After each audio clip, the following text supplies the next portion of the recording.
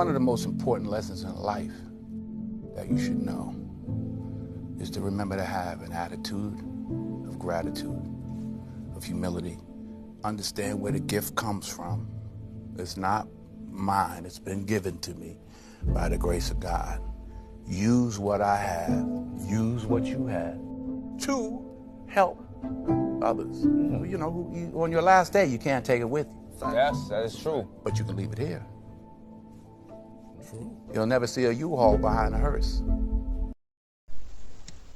Anya wo ọnwa manụ bụ Chineke kpakpando na ORATTAH.